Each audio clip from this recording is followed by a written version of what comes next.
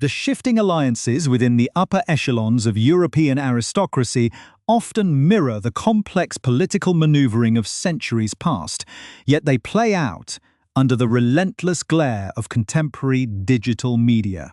While traditional structures of power have evolved, the currency of social capital, lineage, and public perception remains extraordinarily high.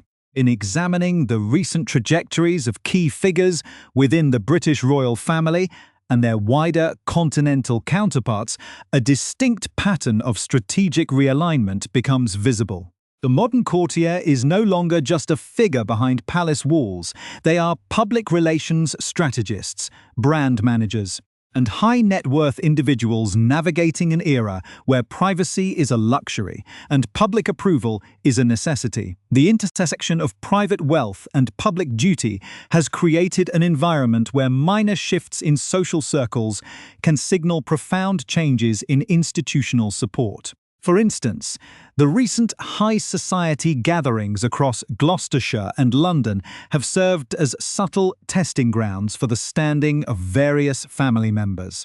Analysts observing these interactions note that the visual cues, who is seated next to whom, who attends specific private galas, and who is conspicuously absent, frequently precede official announcements regarding royal responsibilities or patronages. This delicate dance is particularly evident in the way younger generations of the aristocracy are managing their independence.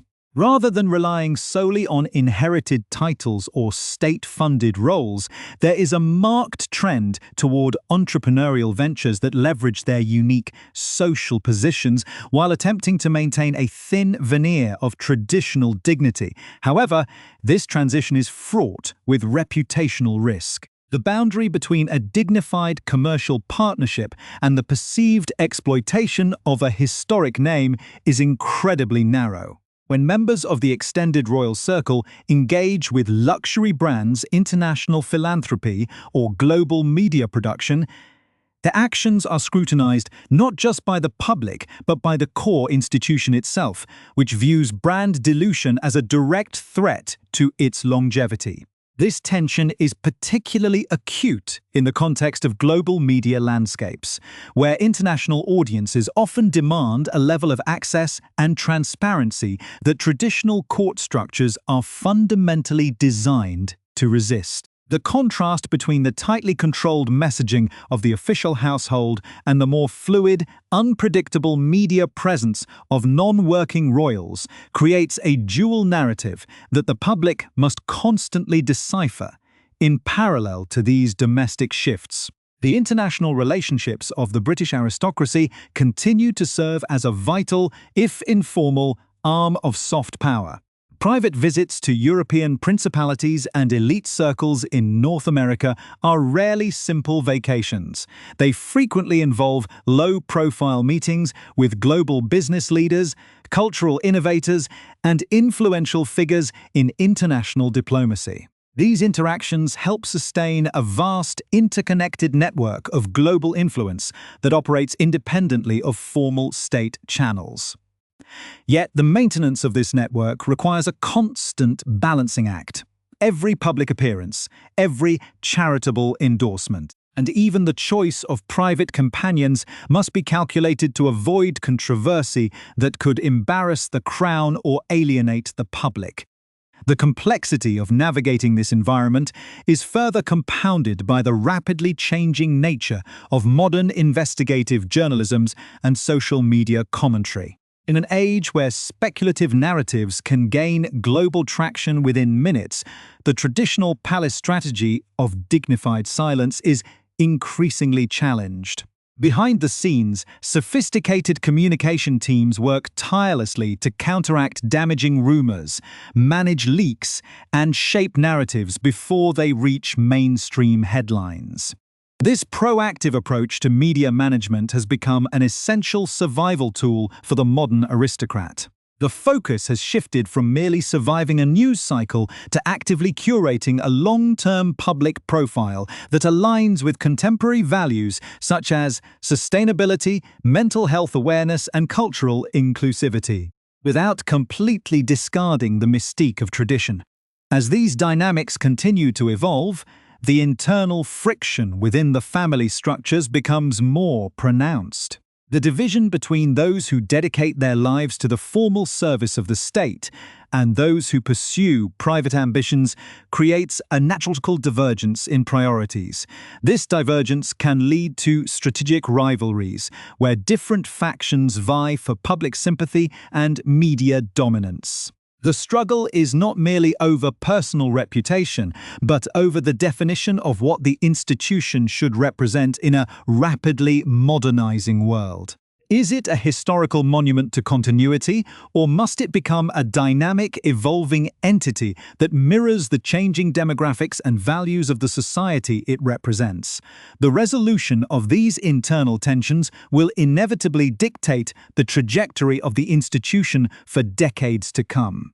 The current strategy appears to be one of cautious adaptation, allowing certain members greater freedom to innovate and engage with modern media markets, while strictly maintaining the core traditions and standards of the central figures.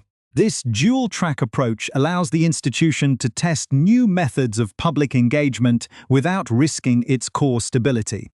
However, the success of this strategy relies entirely on the discipline of the individuals involved. A single misstep, a poorly judged commercial venture, or an unauthorized disclosure can instantly disrupt the carefully maintained balance, forcing a swift and often ruthless institutional correction to protect the integrity of the collective brand. Furthermore, the economic realities of maintaining vast historic estates and funding extensive charitable operations in an era of economic scrutiny add another layer of complexity. The public demands transparency regarding financial affairs, forcing a shift towards self-sustaining economic models for extended family members. This economic independence, while necessary, further detaches these individuals from the direct control of the central authority, creating a class of highly influential, independently wealthy aristocrats who operate on the periphery of traditional structures. Their choices in business, romance, and public alignment will continue to exert a powerful, unpredictable influence on the public perception of the entire aristocratic network, ensuring that the internal politics of the court remain as dynamic and consequential as ever. The culmination of these shifting dynamics within the global aristocratic network has brought the institution to a critical turning point, where the choices made by its key figures will permanently redefine its relationship with the modern world. As the boundaries between public duty, private enterprise, and media scrutiny continue to blur, the central authority has been forced to enact a series of decisive long-term strategies. The traditional structure, which for centuries relied on a rigid hierarchy and unquestioned deference, is transitioning into a highly streamlined, professionally managed organization that operates with the precision of a multinational corporation while guarding the sacred mystique of its heritage. At the heart of this transformation is the realization that survival in the 21st century requires absolute clarity of purpose. The dual-track approach, which allowed extended family members to experiment with commercial and international independence, has reached its natural conclusion. While it provided a useful buffer and allowed the central core to remain insulated from minor controversies, it also highlighted the inherent risks of brand fragmentation.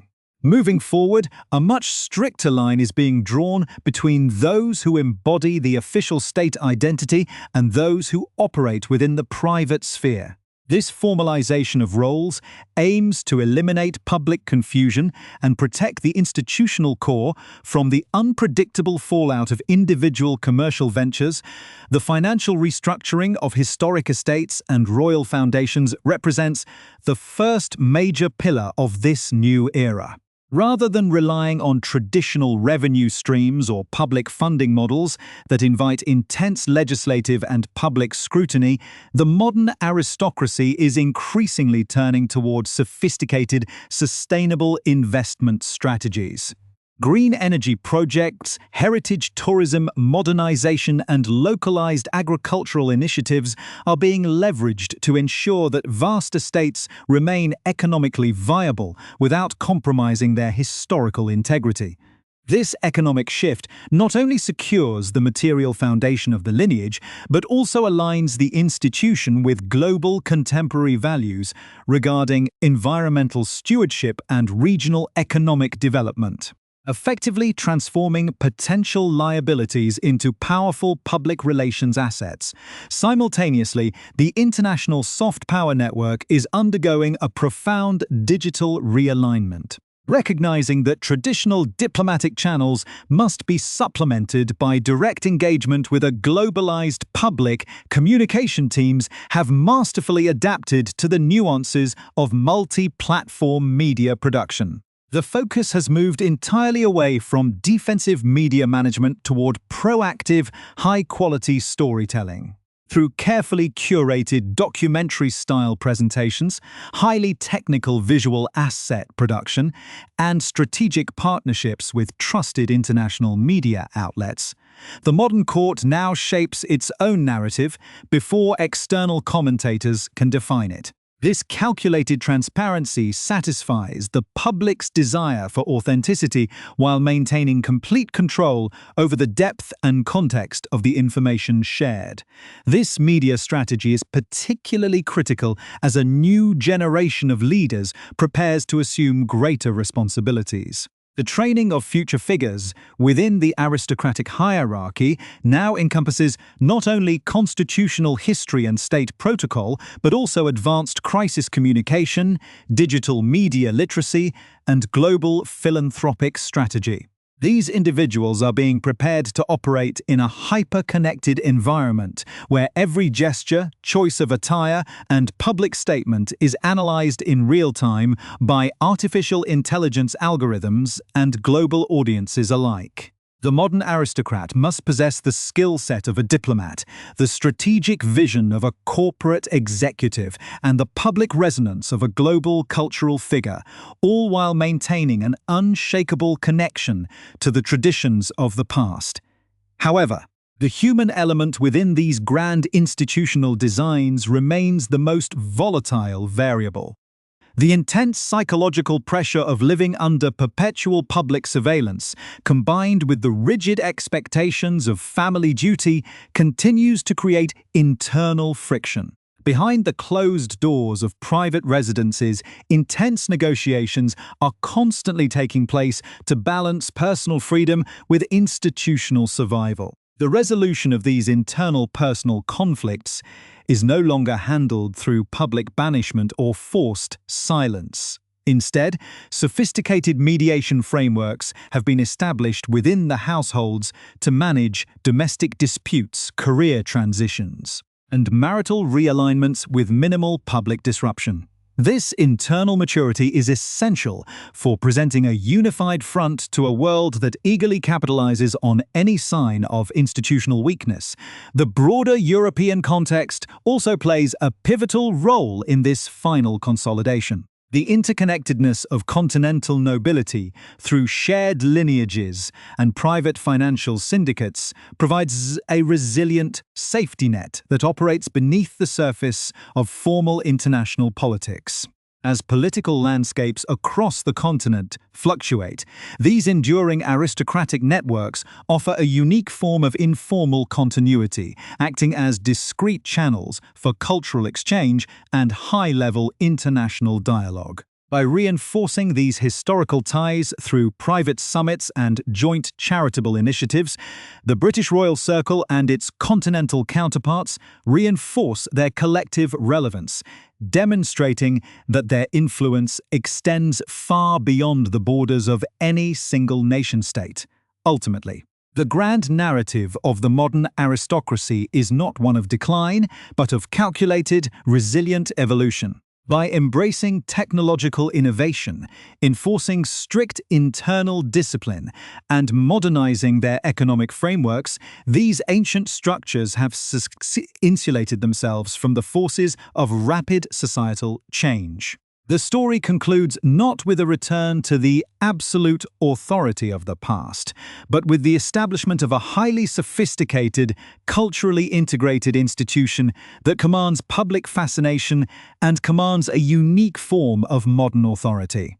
As the final pieces of this grand institutional puzzle fall into place, the court stands prepared to navigate the